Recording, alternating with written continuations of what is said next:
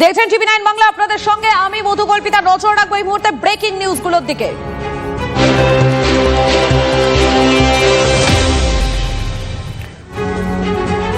সরাসরি আমরা নজরে রাখবো যেদিকে। তিনি নিজেই বিধাননগর নর্থ থানায় 2018 সালে অ্যারেস্ট ছিলেন এবং বিভিন্ন সময় ফ্রড কেসে অ্যারেস্ট হয়েছে। সেই সময় তার পরিবারের লোক এবং একজন বিজনেসম্যান এসেছিলেন আমার কাছে, তারপরে 2018 বেল করিয়ে দেওয়ার জন্য। প্রতিহিংসার রাজনীতি চলছে নিশ্চয়ই নিশ্চয়ই। আপনি তো একসময় বিজেপিতে ছিলেন, আপনি তো একসময় বিজেপি জয়েন করেছিলেন, আপনি তো একসময় বিজেপি জয়েন করেছিলেন, তাহলে এই আপনারা শুনলেন তোলাবাজির অভিযোগে গ্রেফতার হওয়া বিধাননগর পুর নিগমের চেয়ারম্যান সব্যসাচী দত্ত। তিনি কি বলছেন গ্রেফতার হওয়ার পর, তার বক্তব্য আপনাদেরকে শোনালাম। রঞ্জিত রয়েছেন, সরাসরি রঞ্জিতের কাছে চলে যাব। রঞ্জিত, আজ যখন থেকে বের করা হলো তখন তিনি বেশ কিছু বক্তব্য সংবাদ মাধ্যমের সামনে রেখেছেন, সেই বিষয়গুলো তোমার কাছে আরো একবার স্পষ্ট হতে চাইবো। একদমই, দেখো কিছু সময় পূর্বেই কিন্তু যে বিধাননগর পৌর নিগমের চেয়ারম্যান সব্যসাচী দত্তকে তোলাবাজির অভিযোগে গ্রেপ্তার করা হয়েছিল। শুধুমাত্র তোলাবাজি নয়, হুমকি থেকে ধরে মারধর সহ একাধিক ধারায় মামলা রুজু করা হয়েছিল তার বিরুদ্ধে।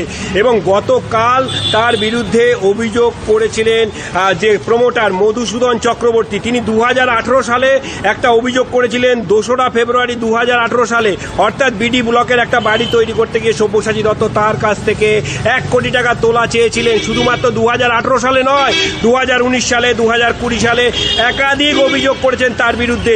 এবং তারপরেই গতকাল যখন তার বিরুদ্ধে অভিযোগ করা হয়, তাকে কিন্তু গ্রেপ্তার করে উত্তর বিধাননগর থানার পুলিশ। তার বিরুদ্ধে এই মুহূর্তে একাধিক ধারায় মামলা রুজু করা হয়েছে। হুমকি, তোলাবাজি, মারধর সহ একাধিক ধারায় মামলা রুজু করা হয়েছে।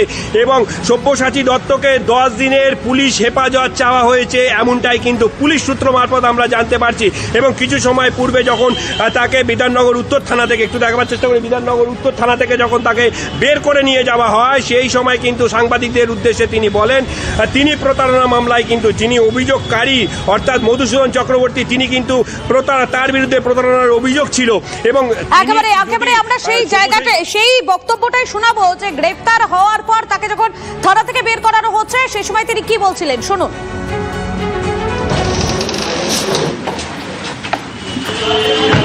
সব্যসাচী এই অভিযোগ কেন করলো? সব্যসাচীরা এই অভিযোগ কেন করলো?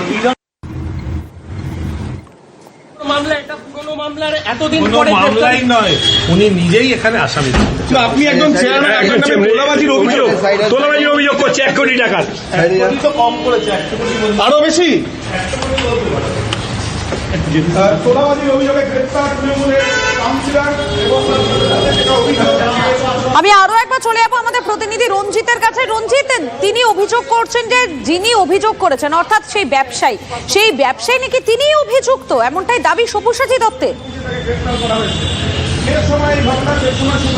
একদমই সেই কথাই তোমাকে জানাচ্ছিলাম যে তিনি সেই প্রমোটার অর্থাৎ মধুসূদন চক্রবর্তী, তিনি কিন্তু প্রতারণা মামলায় গ্রেপ্তার হয়েছিলেন উত্তর বিধাননগর থানায়।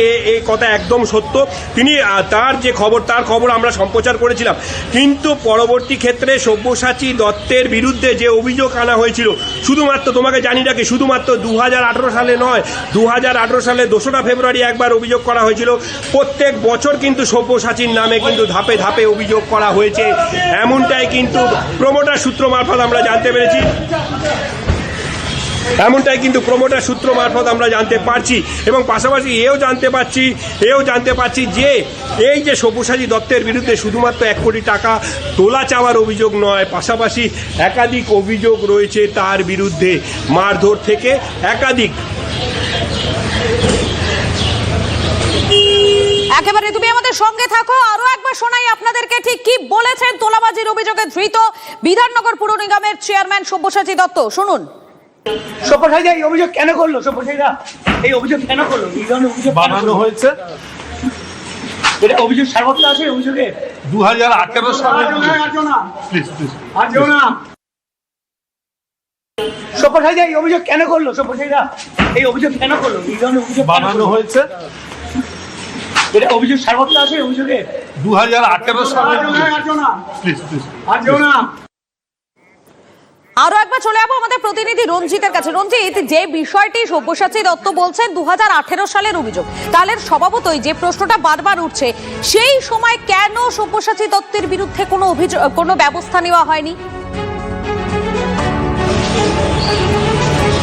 একদমই, দেখো, সেটা রাজনৈতিক পালাবদলের পরে শুড টেক নেসেসারি স্টেপ। পুলিশের ভূমিকা কি?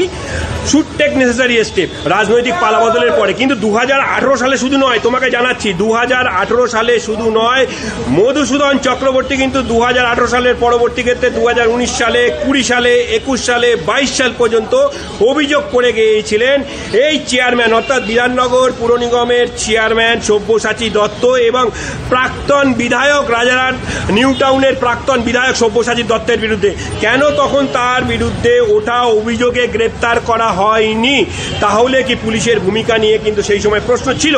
এবং পাশাপাশি তোমাকে জানিয়ে রাখি, রাজনৈতিক পালা পরিবর্তনের পরে কিন্তু হঠাৎ করে যখন মধুসূদন চক্রবর্তী তিনি যখন গতকাল এসে এই বিধাননগর উত্তর থানায় অভিযোগ দায়ের করেন এবং তার পরবর্তী সময় দেখা গেল পুলিশের অতি সক্রিয়তা এবং পুলিশ তৎক্ষণাৎ কিন্তু চলে যায় 211 নম্বর যে রাজারহাট রোড আছে সেইখানে রায়গাছি এলাকায় তার বহুতল আবাসন, অভিজাত আবাসন, এবং সেখান থেকে তাকে আটক করে নিয়ে আসে এবং আটক করে নিয়ে এসে সারা রাত এই বিধাননগর উত্তর থানায় তাকে কিন্তু জিজ্ঞাসাবাদ করা হয়। একেবারে তুমি সঙ্গে থাকো আমাদের। তোলাবাজির অভিযোগে গ্রেপ্তার বিধাননগর পুর নিগমের চেয়ারম্যান সব্যসাচী দত্ত, তিনি আজ কি দাবি করেছেন আরো একবার শোনাই আপনাদের। তিনি নিজেই বিধাননগর নর্থ থানায় 2018 সালে অ্যারেস্ট ছিলেন এবং বিভিন্ন সময় ফ্রড কেসে অ্যারেস্ট হয়েছে।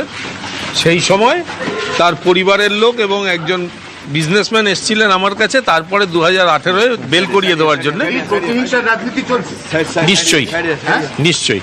আপনি তো একসময় বিজেপিতে ছিলেন, আপনি তো একসময় বিজেপি জয়েন করেছিলেন, আপনি তো একসময় বিজেপি জয়েন করেছিলেন, তাহলে এই অভিযোগটা কেন হলো? এটা গেল। আপনারা শুনলেন ঠিক কি বক্তব্য তার বক্তব্য, তার দাবি শোনালাম। আমি আরো একবার রঞ্জিতের কাছে চলে যাবো। রঞ্জিত, শুধুমাত্র কি তোলাবাজির অভিযোগই রয়েছে এই প্রাক্তন মেয়রের বিরুদ্ধে, নাকি আরো কোনো অভিযোগ রয়েছে?